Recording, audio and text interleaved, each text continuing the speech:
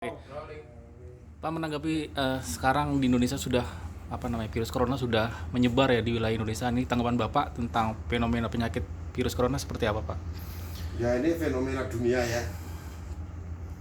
Suka tidak suka virus sudah terjadi, penyebaran sudah terjadi, bahkan sudah ditingkatkan bukan epidemik tapi pandemik. Artinya penyebaran ini sudah bersifat global, yang oleh karena itu semua pemerintah di dunia diwajibkan ataupun suka tidak suka dituntut untuk mempersiapkan diri, melakukan antisipasi supaya masyarakat tidak terkena dampak daripada penyebaran virus corona. Tetapi sebenarnya kalau dilihat dari jumlah yang sudah beredar untuk sementara ini ya memprihatinkan, tetapi belum mengkhawatirkan. Artinya percepatan khususnya di Indonesia masih dari 250 juta baru 96 yang kena misalnya. Bukan berarti kita enak-enak ya, tapi bisa saja 96 jadi 300, katakanlah sampai 5.000. Itu dibandingkan dengan korban demam berdarah nggak ada apa-apanya.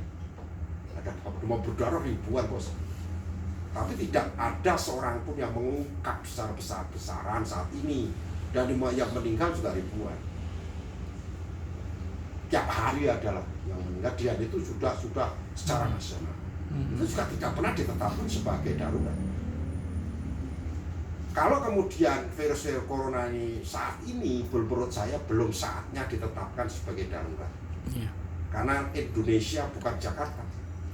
Indonesia luas sekali, walaupun penyebaran daripada virus corona ini sudah ada di berbagai wilayah di Indonesia, tetapi belum, prosentasinya masih bisa teratasi.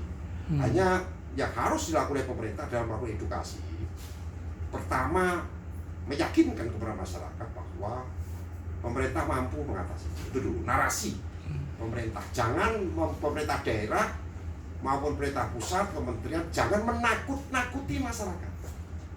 Tetapi bagaimana agar masyarakat mampu menjaga dirinya, imunitas dirinya ditingkatkan, tidak stres.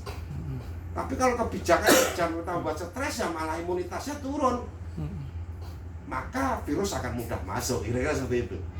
Nah, ini yang kita harapkan, narasi-narasi yang dibawa oleh pemerintah ini supaya tidak membuat panik pada masyarakat, tidak membuat stres, dan yang penting jangan mengganggu ketakwaan religius masyarakat Indonesia kepada Tuhan, kepada Allah.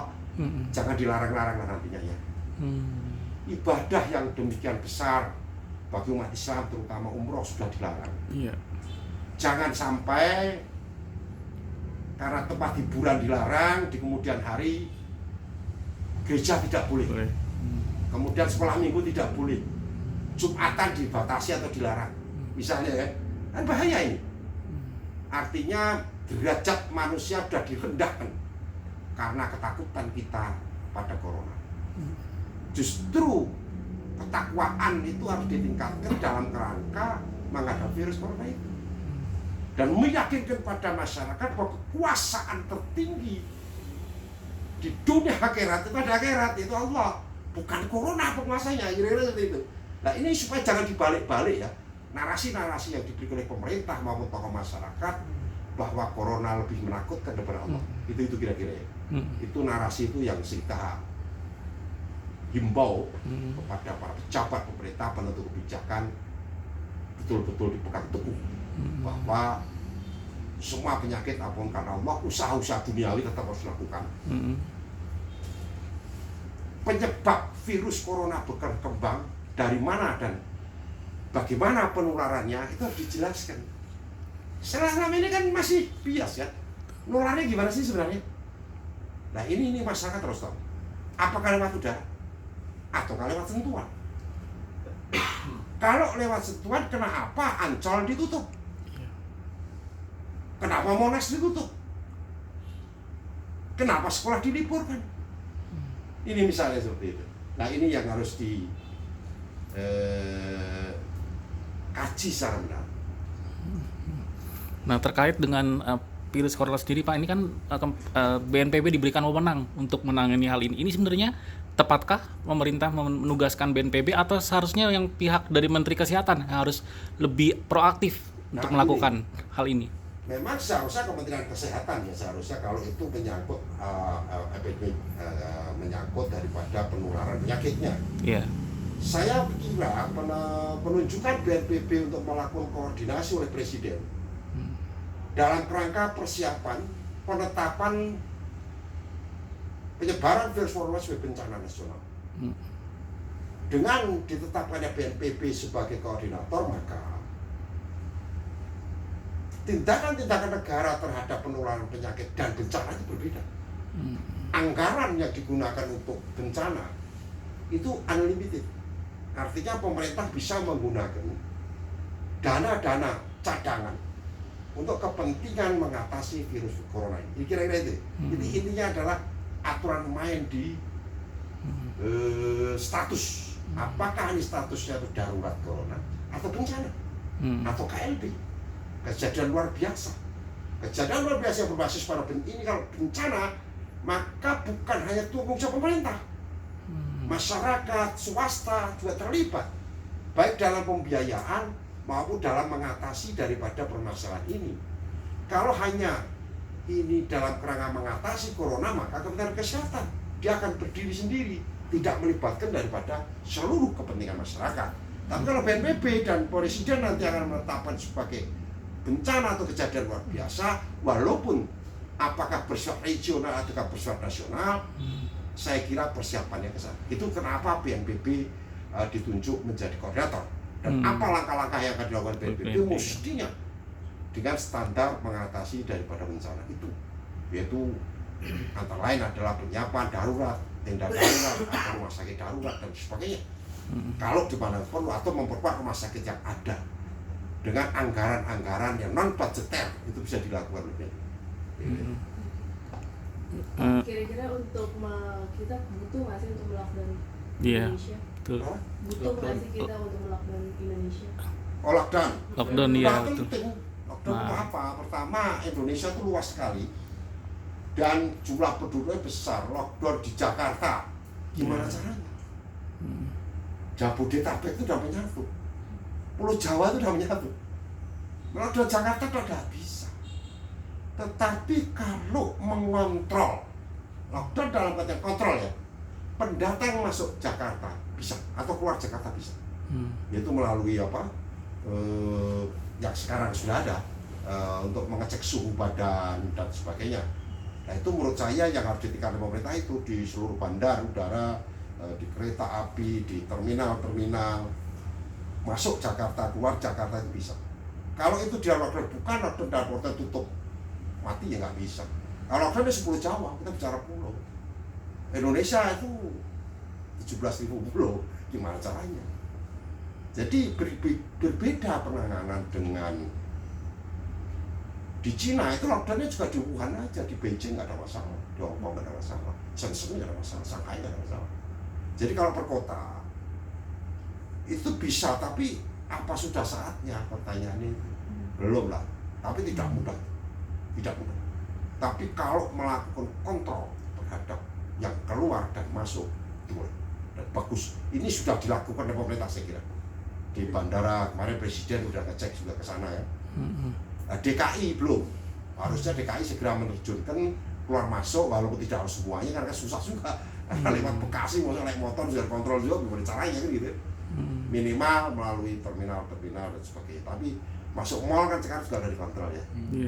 Nah menurut pendapat saya tempat-tempat hiburan dilakukan itu aja. Seperti Ancol nggak usah ditutup lah. Jangan membuat heboh. Dengan ditutupnya tempat-tempat hiburan itu seolah-olah secara berita itu bisa dianggap Jakarta sudah darurat dan orang takut masuk Jakarta. Jangankan orang luar, orang Jakarta sendiri takut untuk keluar dan sebagainya. Apalagi dengan ada liburan anak sekolah, tambah takut lagi. Akhirnya stres. Setelah stres dia sakit, mudah serang flu. Belum tentu corona, flu yang lain mati juga sama saja. Ini dampak daripada kebijakan pemerintah yang menimbulkan stres masyarakat itu tidak dapat dipuji. Menurut saya itu berbahaya untuk bukan dalam rangka melindungi masyarakat, tapi justru menciptakan penyakit baru bagi masyarakat. Itu harus dipertimbangkan. Terakhir mungkin kedepannya langkah tepat dan cepat apa yang harus dilakukan oleh pihak-pihak terkait untuk mengantisipasi virus corona ini sendiri, Pak? Nah, saya kira pertama adalah menemukan virus corona itu apa. Jadi ahli-ahli, peneliti-peneliti kita, ahli-ahli kesehatan kita, segera melakukan komunikasi internasional. Apa sih sebenarnya virus corona itu, persoalannya apa sih? Perkembangannya bagaimana, penyebabnya apa? Kemudian penularannya bagaimana? Kemudian secara perlahan bersama-sama dengan ilmuwan dunia menemukan vaksinnya. Kalau flu, obat flu itu kan nggak ada memang. Sampai hari ini nggak ada. Yang ada adalah obat untuk meningkatkan imunitas tubuh, paling antibiotik kan. Nah, ini yang menurut saya perlu dari pemerintah adalah melengkapi laboratorium di setiap provinsi terhadap berbagai jenis penyakit, bukan saja virus corona, tetapi juga mengembangkan ilmuwan-ilmuwan dengan kemungkinan adanya penyakit lain dan menemukan pola obatnya. Itu saja. Itu dari segi kebijakan pemerintah. Kemudian yang kedua adalah pemerintah juga melalui para kementerian kesehatan harusnya secara fokus terhadap corona ini membangun laboratorium atau membuat laboratorium dengan kerjasama internasional yang canggih, yang bisa mendeteksi bagaimana penyebab daripada corona dan bagaimana penyebarannya. Itu dulu. Kalau itu belum nemu, kita sudah main larang ini, gimana ceritanya? Ambil contoh soal sekolah tadi ya. Betul. Anak diliburkan, libur sekolah kan? Betul. Anak mau kemana? Bermain di rumah, iya. Ketularan nggak? Terjadi penularan. Jadi apakah dengan tidak bersekolah seorang anak sekolah tidak bisa tertular? Ini pertanyaan. Mereka libur karena ke mal-mal, justru tidak terkanalisasi. Kalau memang mereka masih sekolah, kemudian di sekolah tersebut terdapat yang terkena, nah itu mudah deteksinya. Oh, langsung diliburkan. Kan gitu kira-kira sekolah itu. Tapi hanya sekolah itu saja. Tapi kalau semua sekolah diliburkan dan terjadi nanti anak-anak sekolah terkena, susah terdeteksinya. Kena di mana? Ini hati-hati. Hati-hati, meliburkan anak sekolah bukan jalan terbaik dalam kerangka melindungi masyarakat sekolah dari dampak penyebaran corona. Jadi Pak, kalau menurut Pak Kris, yang saran dari Bapak untuk pemerintah ini yang terbaik seperti apa? Mungkin anak-anak yang lebih efektif, anak-anak harus di-education dulu atau seperti apa Pak? Yang pertama, membiasakan seperti narasi yang sudah dilakukan selama ini atau benar atau tidak, kebiasaan cuci tangan, ya kan? Kemudian bersih. Itu saya kira tidak ada masalah. Itu aja diajarkan kepada anak-anak sekolah. Kalau yang sakit segera pakai masker, ya kan? Kalau enggak ya nggak usah, kan gitu kira-kira kan. Tapi bagaimana kegembiraan anak-anak itu dibangun sehingga ketahanan tubuhnya itu ada, gizinya diperkuat, kira-kira seperti itu. Ini saja narasi-narasi bukan diliburkan. Kemudian juga bagi masyarakat Muslim, anak-anak wajib sekolah sholat 5 waktu yang tepat lah, supaya bisa berwudu dengan benar. Karena berwudu dengan benar itu kan cuci tangan juga. Jadi berwudu dengan benar itu dalam kerangka supaya kalau ada sentuhan langsung hilang, kan begitu tujuannya kan.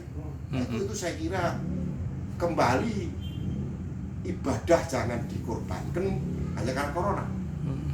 Justru ibadah diperkuat seperti meningkatkan wudu, meningkatkan sholat dan sebagainya. Itu saya kira akan lebih yahud dibandingkan dengan meliburkan sekolah, menutup tempat hiburan, kecuali tempat hiburan tertutup ya.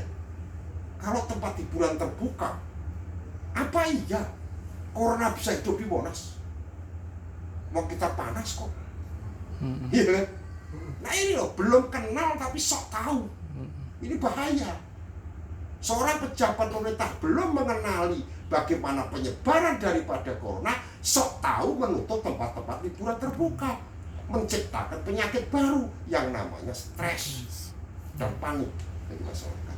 Nah ini saya harap coba pemerintah di dalam kebijakan dikaji. Kira-kira seperti itu. Oke. Oke.